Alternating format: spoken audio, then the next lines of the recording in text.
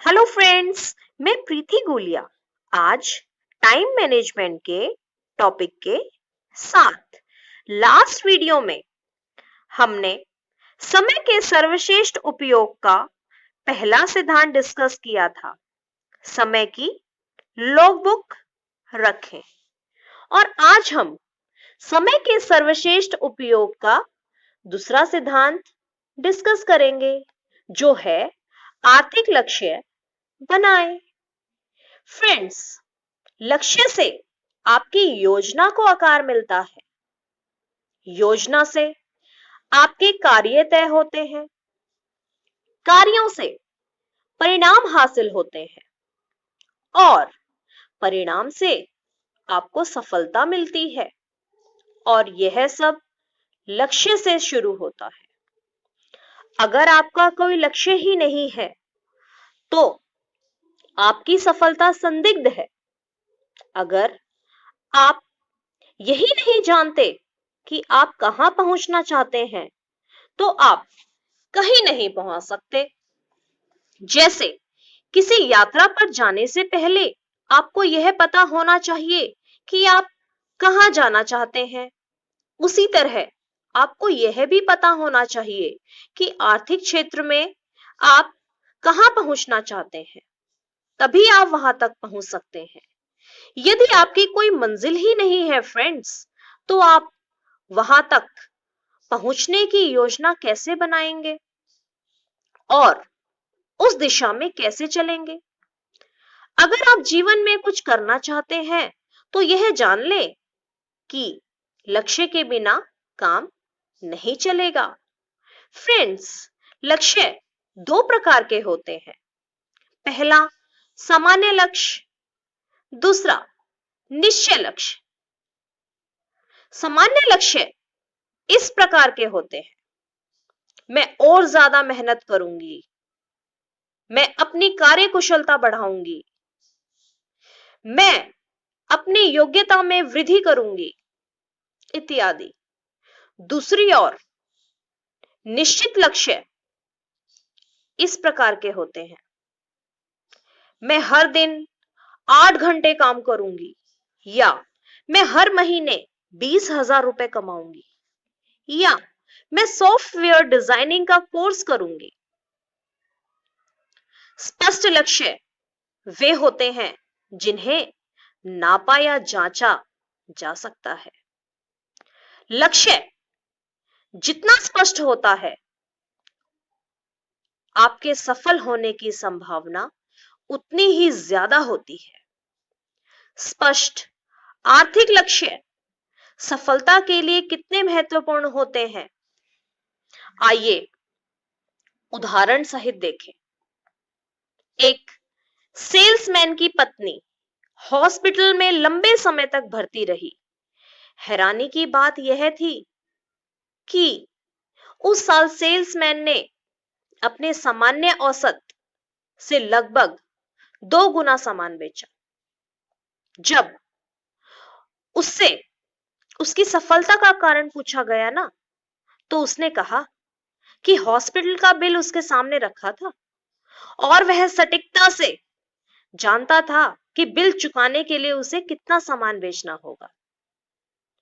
इस उदाहरण से यह स्पष्ट हो ही जाता है कि अगर कोई मनुष्य ठान ले तो वह अपने आर्थिक लक्ष्य हासिल कर सकता है, बशर्ते उसके सामने स्पष्ट लक्ष्य हो।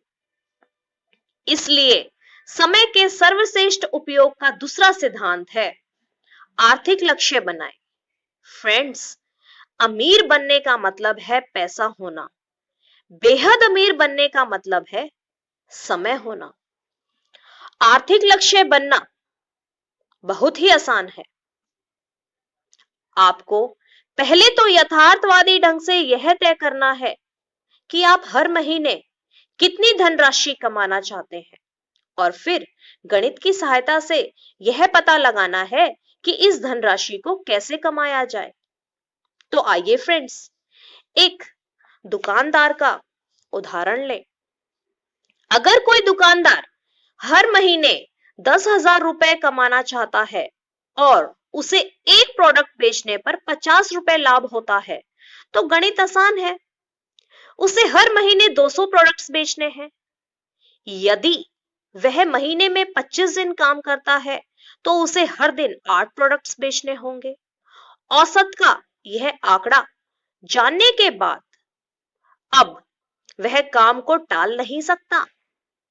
अब वह मूड न होने या बोरियत का बहाना भी नहीं बना सकता फ्रेंड्स।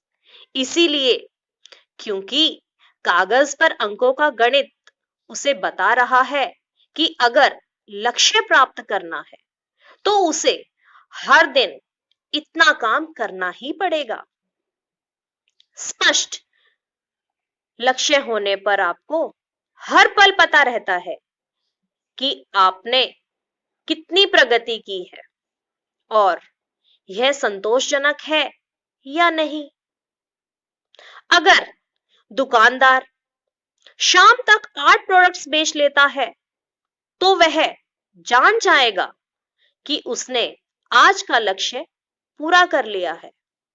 परंतु अगर वह 8 प्रोडक्ट्स नहीं बेच पाता, तो उसे यह एहसास हो जाएगा कि मासिक लक्ष्य तक पहुंचने के लिए अगले दिन उसे 8 से भी ज्यादा प्रोडक्ट बेचने होंगे।